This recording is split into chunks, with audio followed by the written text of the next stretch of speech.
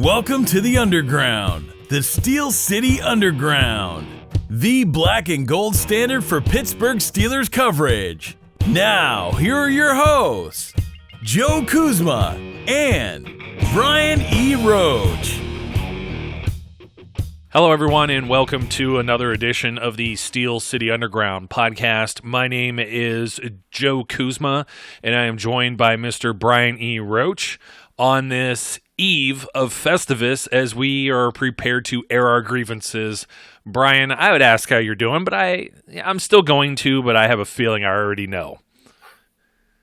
Well, look, they lost. It sucks. I'm aggravated. I have to go deal with Jets fans on Monday. It's, I'm not happy about it. But at the same time, what are you going to do? I mean, this is, it is, the season has been what it is.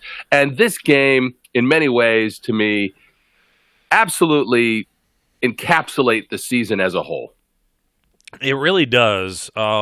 Losing playmakers, just inconsistency with offense and everything else. I don't even know where to begin with this, because it would be one thing if they just played bad entirely, which they had spots where they most certainly did, but to come back and get this game all knotted up at 10-all and not be able to do anything else after that, and Marquise Pouncey going down, the first snap right after that, B.J. Finney subbing for him, tripping Mason Rudolph, who comes in because Duck Hodges had thrown a pair of picks and wasn't able to get anything done. And then, of course, you get Snake-bitten there, and then he gets hurt. Of course, James Conner goes limping off the field. You had different players such as Cam Hayward and Bud Dupree have their dings and dents, and Lord knows what their availability or anything is going to be like for any of these guys headed into next week. You have Juju playing for the first time in forever, and all these different things. I mean, there were small signs of encouragement here or there, and I'm not even sure really where to begin with some of this, because let's get our first thing off of our chest. Even though this wasn't necessarily the reason the Steelers lost, let's just say the refs stink. Let's just get it out there. They do. I mean, I will say it up front. It has absolutely nothing to do with the outcome of this game, but my God, they're so bad. Yeah, because it really didn't. It didn't really affect. Now, I thought it was kind of interesting. Gene Steratore talking about whether Joe Hayden had actually picked that off. We all know if that was challenged and gone to replay, there's no way they're going to say that's a catch. We've been there before. It looks like it could be. You'd be like, man, he just made one hell of a one-handed catch interception play.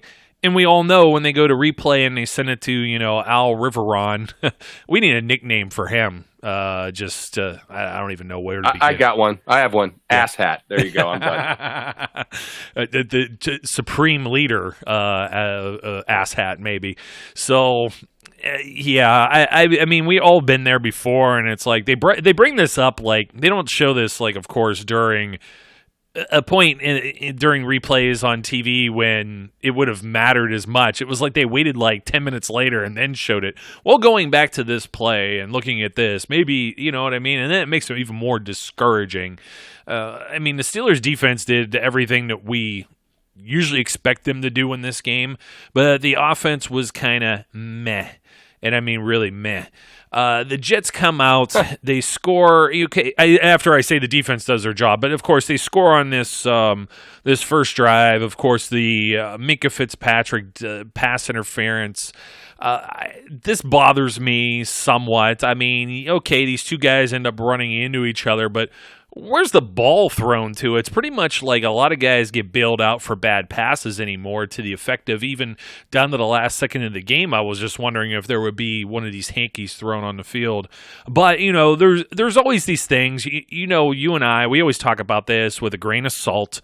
Do you take even the first half of football sometimes? Because you may have that game plan there, but now what do you do after you've run through your script of what you're going to run and what you're going to call?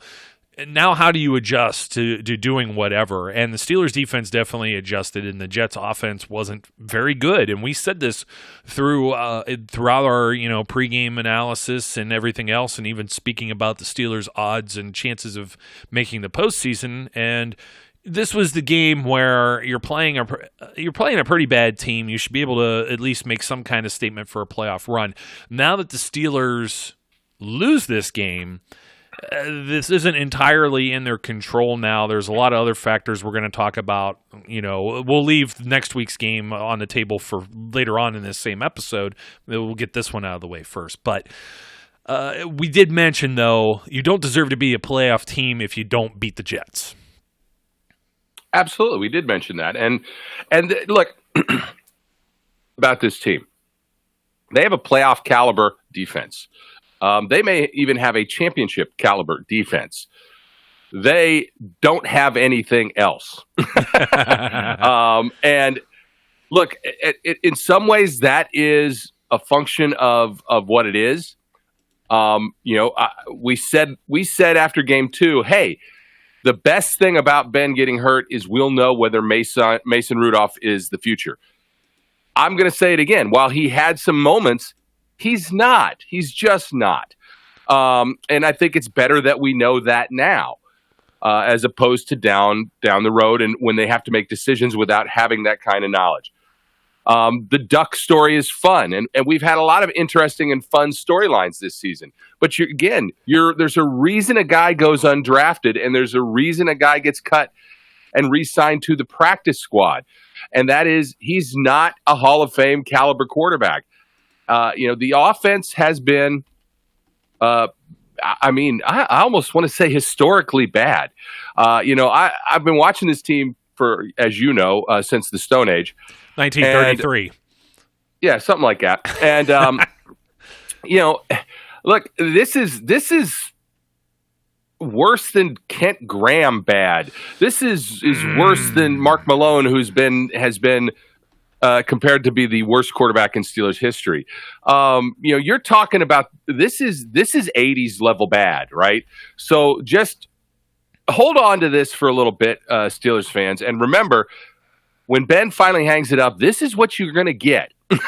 Well, for a maybe. little while, maybe. Let's be fair. I know you're saying Rudolph isn't the future necessarily, but geez, oh man, I mean, this is his first set of games and playing and in and out of the lineup and stuff. And Ben was never meant to come right in. He was the third string guy heading into the season, and injuries dictated that he come in.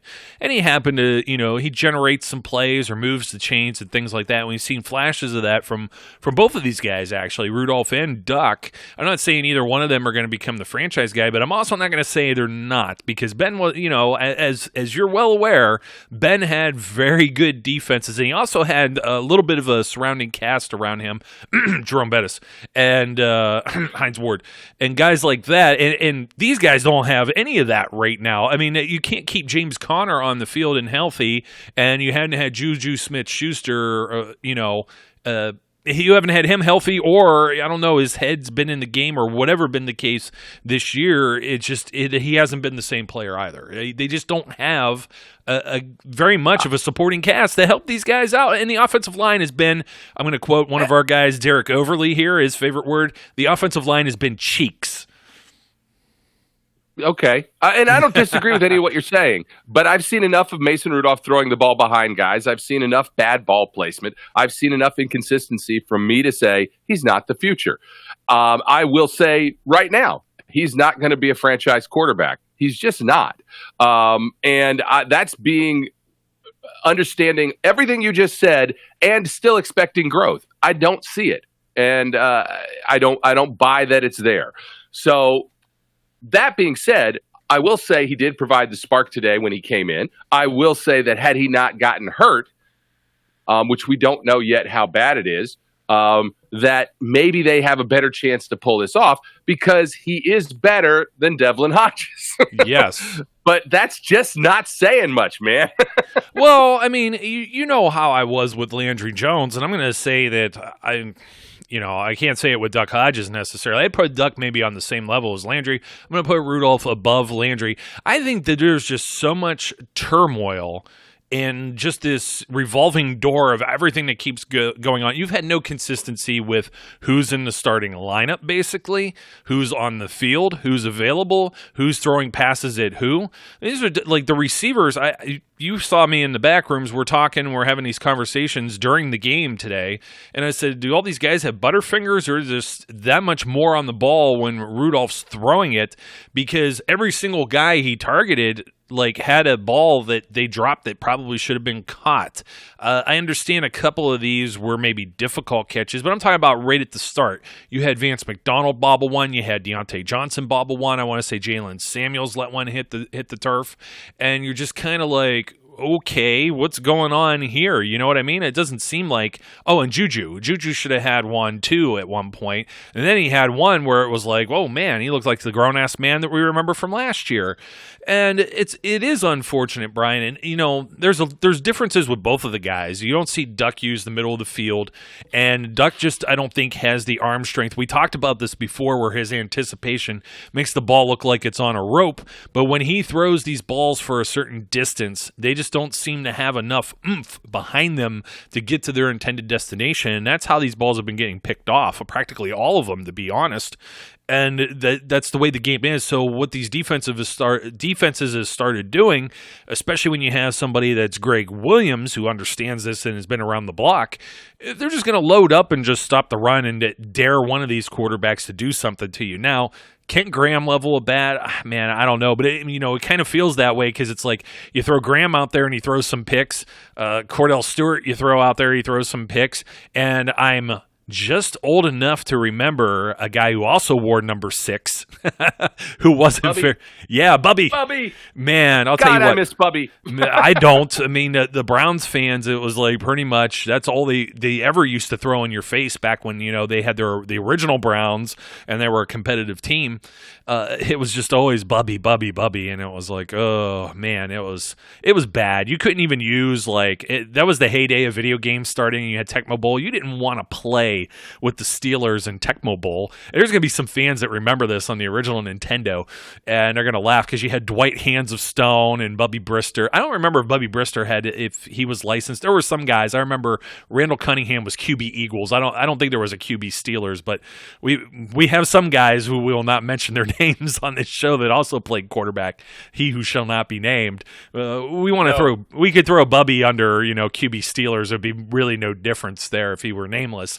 And it's kind of, you make a good point because it's the way I was starting to feel watching this game and the offense being historically bad. And I know everybody's going to be like, oh, throw Randy Fichtner under the bus and under the boat too. Why not? Let him drown. What is this guy supposed to do? There's certain strengths to each of these quarterbacks. You get a guy who could throw like a hard pass, got an arm. He's a bigger quarterback in Rudolph.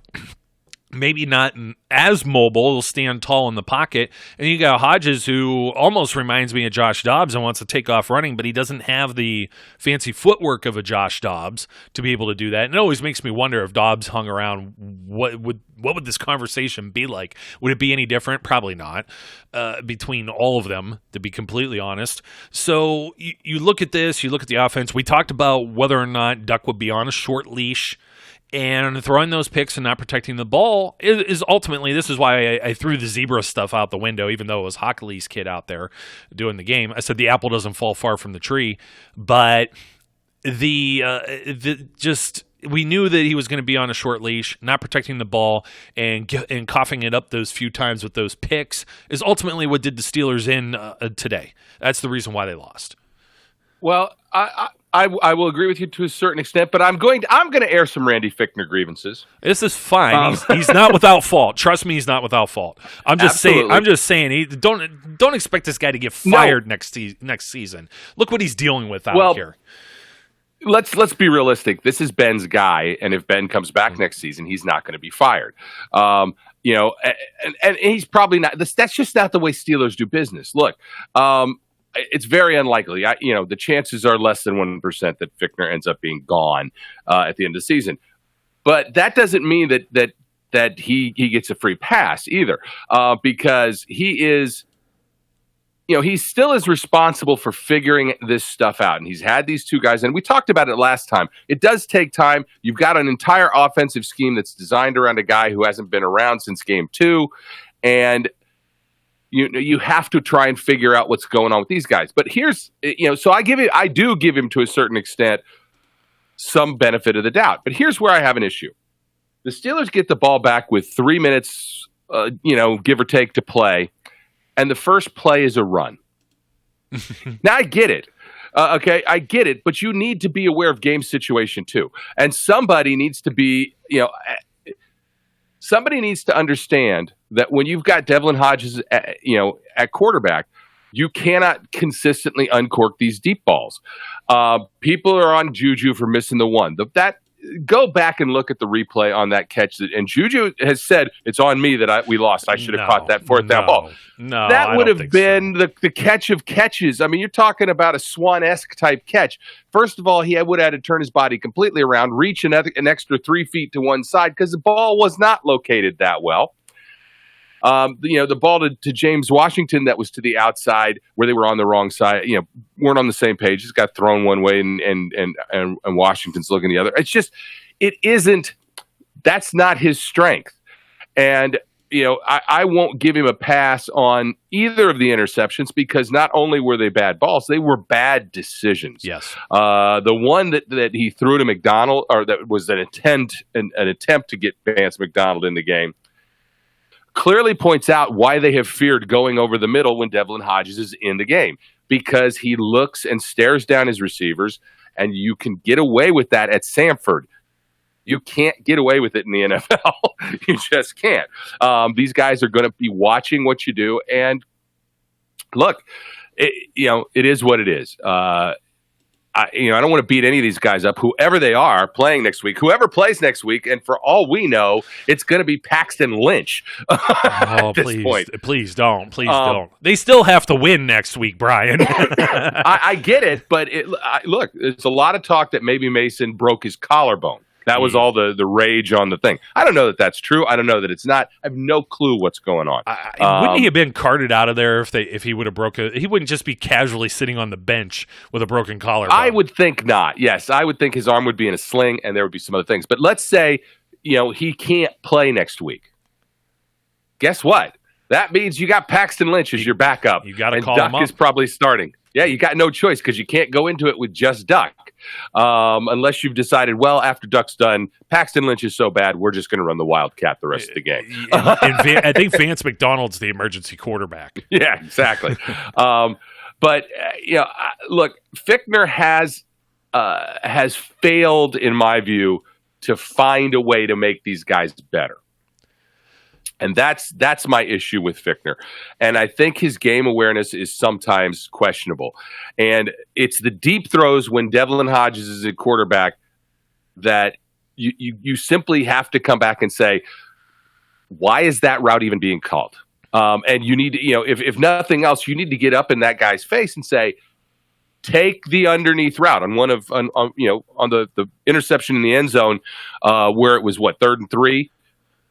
He had an easy first down to Deontay Johnson. All he has to do is toss it to him. That's all they needed. No, throws the pick.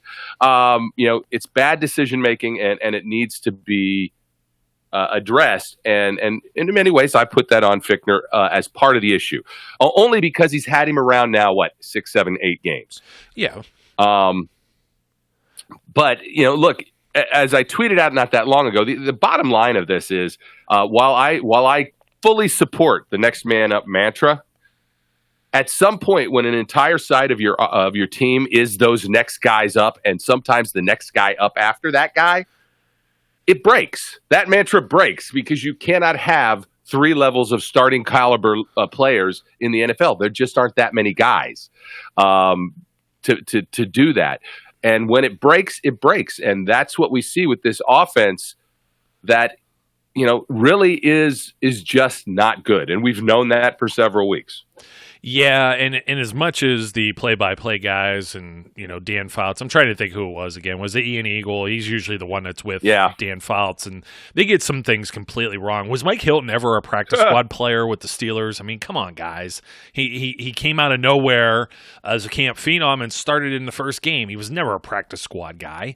That just kind of drives me crazy. I don't know if they grab some of these things from Wikipedia or whatever, but part of my thing with the Randy Fichtner thing is, Brian, and this goes back to even Tommy Maddox, okay?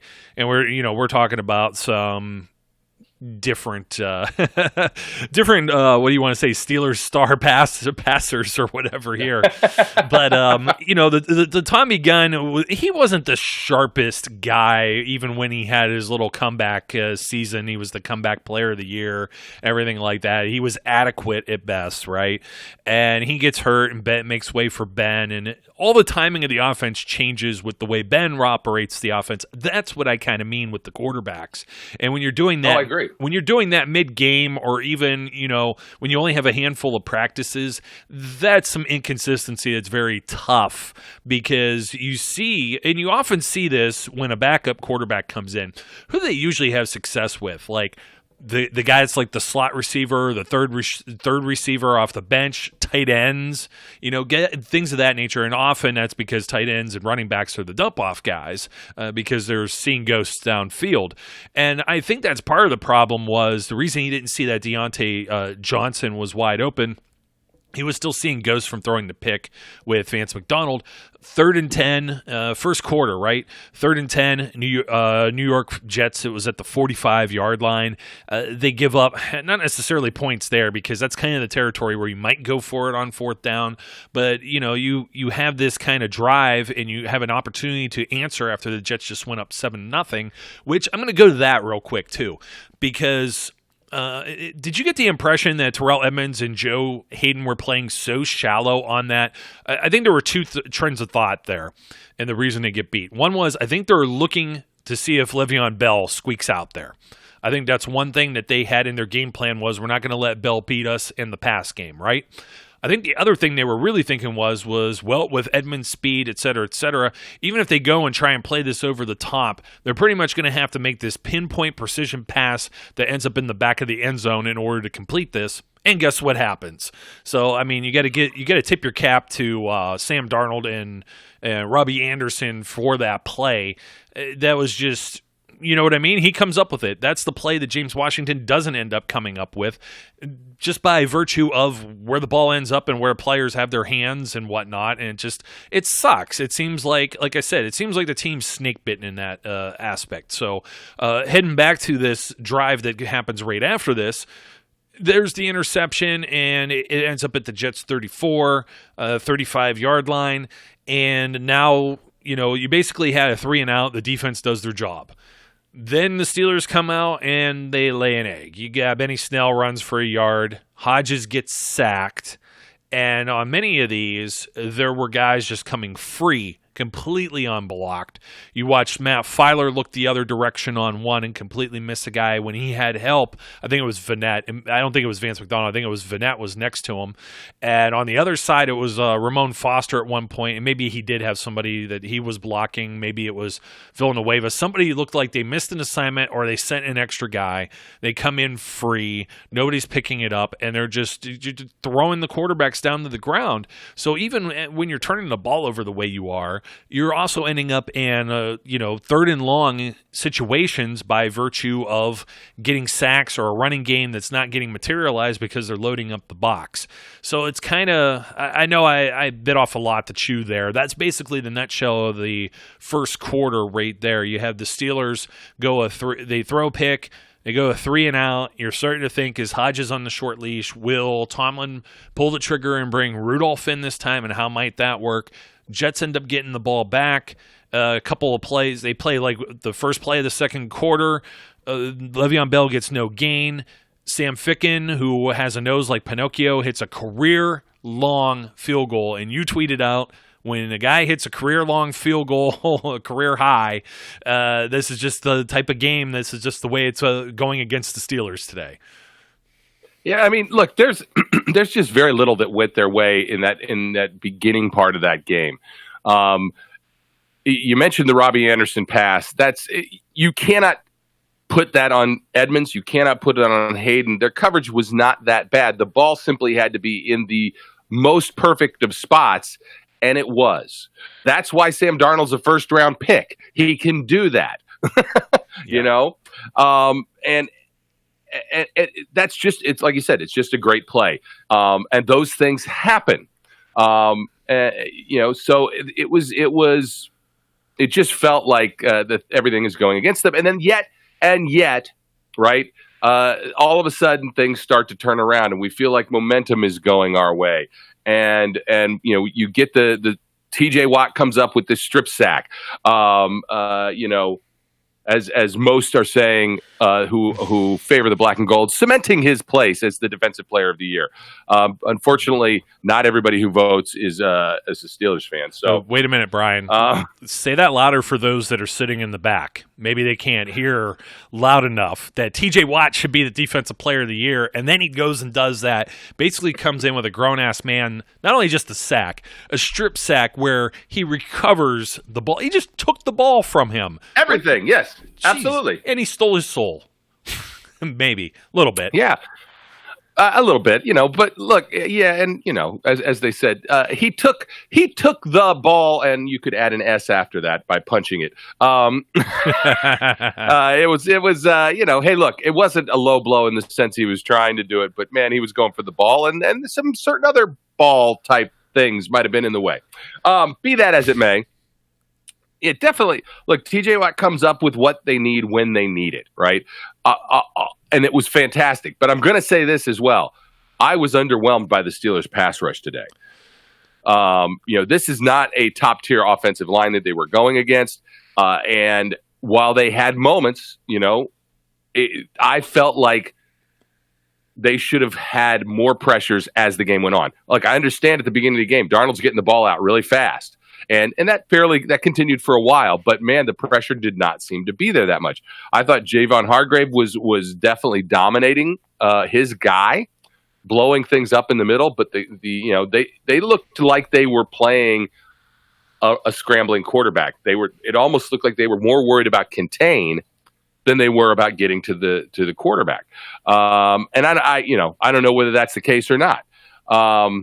But, you know, even at one point, Bud gets hurt. At one point, Cam gets hurt.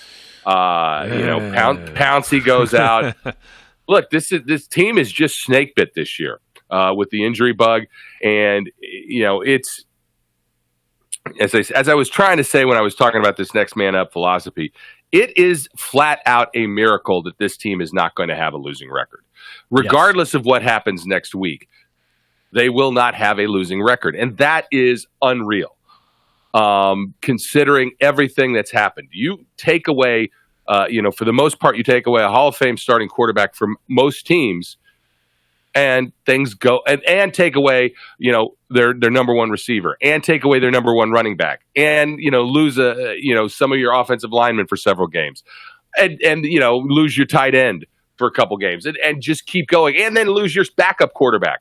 Well, you know, teams don't recover from that kind of stuff. I think I mentioned, you know, I mentioned somewhere prior, I wrote an article about it. This is by far the most Steelers players, I think maybe even the entire Mike Tomlin era, but definitely over the last 5-6 years that I looked over it, the most players who took at least one snap on offense. There are like several extra bodies that are out there. Mind you, I like some of the bodies. Deion Kane, Kareth White. I mean, these are some finds to be able to plug in on short notice and still be able to crawl to where they've been. And let me tell you, if they make the playoffs, making the playoffs is still an achievement. You know, there's going to still be people that are going to complain. They're going to complain about this loss. Brian, it is deceptive. I felt the same way about the pass rush. You know what's deceptive about this? They hit Darnold 7 times, and they sacked him officially 4 times, 4.0. I don't understand like how you can do that, and it still didn't feel like they were getting there enough. And well, I'll tell you why. The Steelers even won the time of possession battle in this game, 31-32 to 28-28. It's because of the turnovers, because these drives ended up in not a zilch, zip, zero.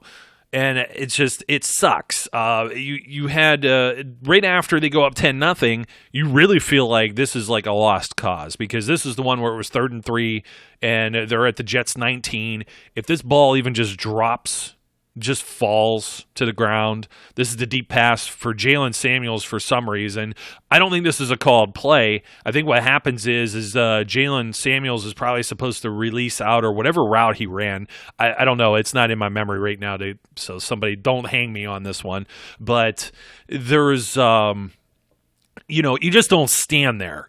He completes maybe a short route, and then what's he going to do? He's probably going to go on a go route, more than likely, or whatever he's instructed to do there, right? Some guys are going to be instructed to come across the field. So that's where he goes, and for whatever reason, Hodges, one smaller guy, tries to get the other smaller guy involved, and it doesn't work out so well. And then the Steelers' defense, despite all of this, the Jets get the ball. This was a touchback because it was in the end zone.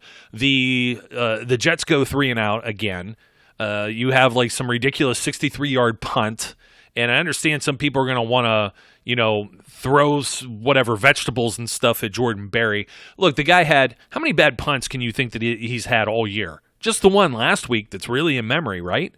I understand that last year. That was clearly a bad punt. This year, or this game, the punt where, it ended up going only to the 20 was not a great punt. But it didn't matter. I mean, because if he tries and boot it a little more, where's it go? The ball still ends up on the 20. It matters in the sense that he mishit that ball. It was too short. That's all. It's a bad punt. Does it matter? Only in the sense that, it could have been a better punt. But it wasn't a good punt, regardless of location and what you're talking about, and I get it. But it wasn't a good punt. But, look, people have a bad feeling about Jordan Berry that carries over from last season when he was not very good. Yes. He's been fairly consistent this year. Unfortunately, a couple games now, he's had a few punts that were not great. And because of that, look, I got no issues with Jordan Berry. Again, Jordan Berry's not why they lost this game. No. Yes, the special teams had their issues like that. You're talking about the 63-yarder he booms or however long it is. And then they allow a 20-yard return. Then you've also got things like a punt where, Johnny Holton's running down and kicks the ball an extra 35 yards to give the Jets a great thing. You're like, special teams wasn't good this game. The offense was flat out bad this game. And it just, look, it was tough. We said at the get-go, here's how they can win the game. Don't make mistakes. They made a hell of a lot of mistakes. Well, and that's exactly where I'm going with that, because right after this is when Mason Rudolph comes in, and you lose 2 yards on a run. And, this is going to get to your Jalen Samuels thing, what you were talking about, because it's almost like every single time I think that you see Jalen Samuels in the backfield, they'd ever hand him the ball. And it becomes, you don't think that teams realize these tendencies. I was thinking actually the opposite of this before that. I was thinking, is there any time, because here comes the Benny Snell negative 2 yard run. Whenever Snell's in the backfield, do they ever not run the ball? You know what I mean? You got to mix this up a little bit. Maybe even hit him with a pass. It's kind of like the Jets where they hit that tight end. It's only caught his second ball. You got to do things like that. This is week 16. That's where I'll hang my hat when it comes to the Randy Fichtner stuff. You know what I mean? So Rudolph at least gets a first down conversion here. You have Jordan Berry kicks a 31-yard punt. Okay, that's not great, but it is what it is. That's the one I think they ends up hitting out of bounds or whatever, directional punt, whatever they were trying to do there. Another 3 and out, and then you have Deontay Johnson run one back 30 yards, and there's a phantom offensive holding that you couldn't see. I don't know where the heck it happened. Maybe it'll show up on the All-22 film or something like that. But some of this stuff really bothers me, because it's like, hey, are you guys are you seeing what you're throwing the flag for?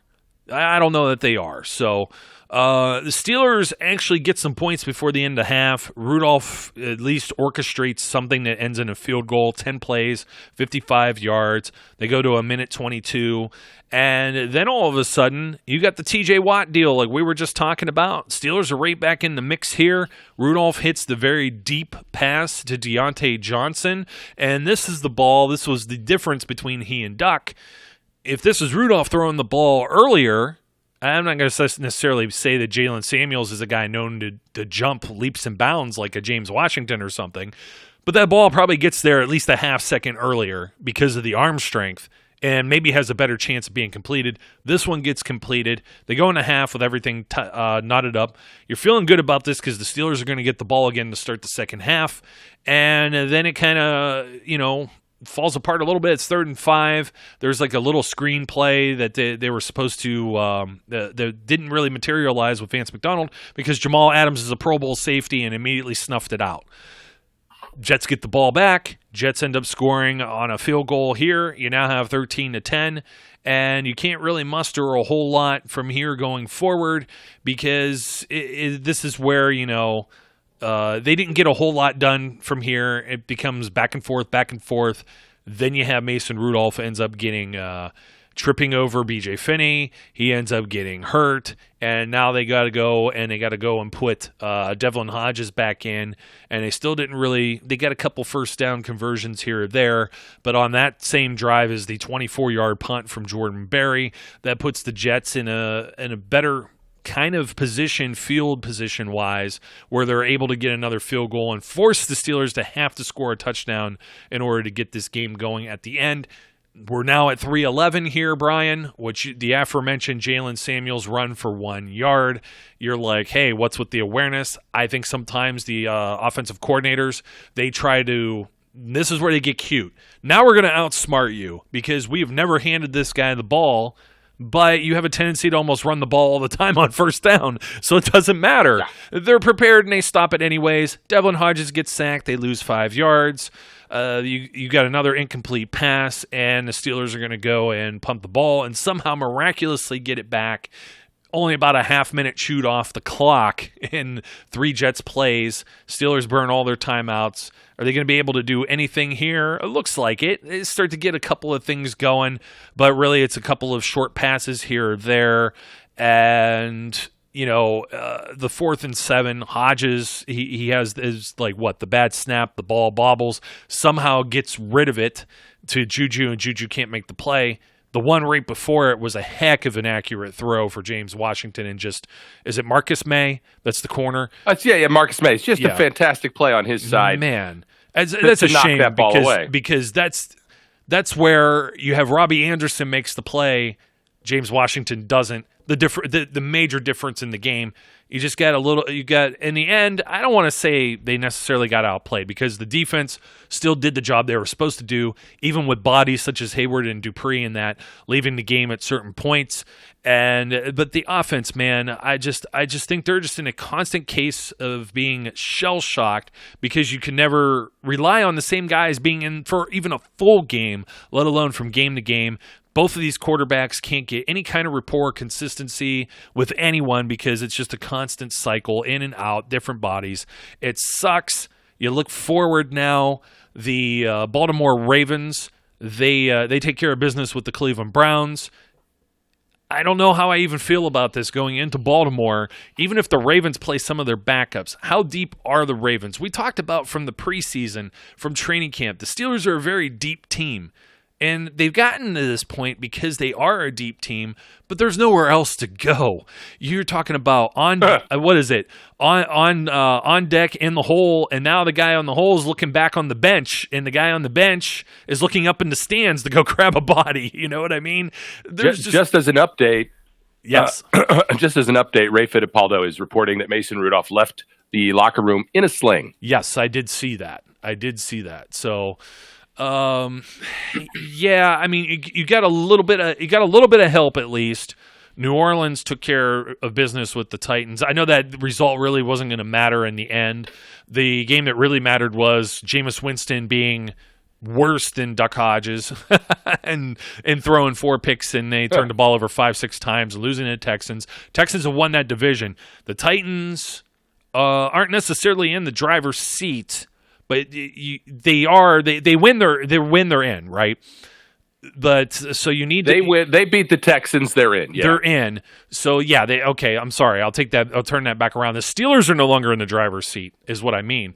And the Titans now have that control due to this 16-10 loss to the Jets. So you got to be rooting for the Houston Texans next week, and you got to somehow believe that the Steelers can do something better than 10 points against, I don't know, do the Ravens sit that many players on defense? I don't know that they sit that many on defense. We saw Mark Ingram get, at least, I don't know, you may not have seen it, but Mark Ingram limped off the field against the Browns. They were still getting it done with like Gus Edwards and Justice Hill and guys like that. Lamar Jackson might take a seat too, and they might put RG3 in or something like that. But how many other guys are they going to, put at risk for this game if they have this top seed all locked up? I don't know. I can't say, and I can't really say even for that matter. We weren't sure at the beginning of the season how they were going to make up for all of these losses, all these guys that left their team like, Zadarius Smith and C.J. Mosley, and they've done it. And they were able to convert this whole offense over with Lamar Jackson. They did that too. So I don't know I don't know that I'm necessarily all that confident. I would have felt a lot better if they could have gutted out this win. And trust me, these guys they're the walking wounded right now, walking out of the Jets locker room, out of that stadium. I would have felt a lot better if they got that victory, because next week, as long as the Texans defeat the Titans, then that's all good. Now you got to also think, what are the Texans doing? Because I don't think the Texans can move up into a 3 spot either. So does this game really matter a whole lot to them? Are they going to sit any players? You're now in a really kind of crappy situation all the way around with the Week 17, who rests who, and this, that, and the other thing, and all the different mathematics and tiebreakers and everything else that, if another game or two would have went a different way for the Steelers this year, we wouldn't be having this conversation right now. They would at least be in the 5 or 6 spot. They're not, and I mean, all you can do is watch next week and hope for the best. Yeah, that's pretty much it. Look, the Texans have an outside chance at the 3 seed.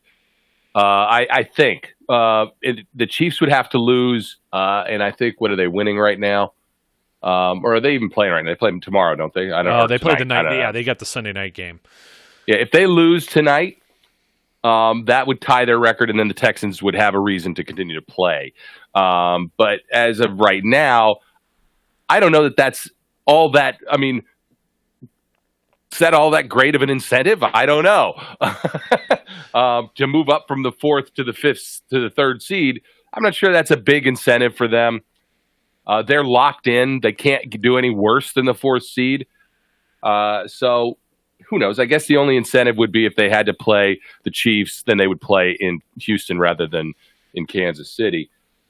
The Steelers are now projected to be the 7th seed, which would have them out of the playoffs. The Titans now have control of their own destiny. They win, they're in. The Steelers have to win and have the Titans lose, and then they'd be in. But look, a lot of people are going, I don't want them to get in the playoffs. I'd love for them to be in the playoffs, simply because I'd like to see this defense perform. And as we've said repeatedly, once you're in, you never know what can happen. But it's out of their hands now. Look, they had control of their own destiny, and now it's out of their hands. And I don't know what next week's going to be like. I'm sure we'll talk about it more when we get to the pregame of this. I don't know what it's going to be like for them. I think that the Steelers defense certainly can handle it. But, look, this is a pretty difficult loss for them to take, right? Yeah. This is a game they absolutely should have won. This could be a spirit deadening kind of loss. Let's be honest. The defensive, T.J. Watt was very nice in his post-game press conference where he was talking about how they all love each other and kumbaya and all that stuff. Because he's not going to call his offense out and say, Jesus Christ, you guys stink. If only the offense could score, we'd win more games because they stink. He's not going to say that. But there's got to be look, I've been in those locker rooms. I understand, and you have too, in the sense of, there is some resentment that gets under your skin when you're like, we're doing everything we can, and you guys can't do crap. Yeah. To help, and so you don't know whether there's going to be a letdown, even against secondary players, because RG3 is not RG3 from when he originally came in, but it's a road game. It's the final game. Yes, I think that the defense will try and do their best, but man. But they were pretty close before, and they had the same kind of thing where they had to switch from Rudolph and Duck Hodges and everything. And it is unfortunate because the way we titled the show was Mason Rudolph almost saved Christmas, because we're headed into the Christmas season here, and a Merry Christmas to you, Brian, because and to all of our listeners. And even though we're doing the whole Festivus angle and airing our grievances and stuff, it's just unfortunate because the guy who didn't have the hot hand ended up having to come back due to injury. And that seems to be just the theme of the year is just, hey, who can we pull off of the brush pile right now and put a jersey on them? Hey, you go in there. You know what I mean? It's just, wow. I mean, I really don't know what to do or say about any of it. It's right. This is the second half possessions: 10 yards, 6 yards, 18 yards, 15 yards, minus 4 yards, 16 yards. That does not inspire you with confidence that they can go down to Baltimore and score points. So, I just don't know. I don't know what to expect next week. I got to think about it right now. I've got too much of a bad taste in my mouth.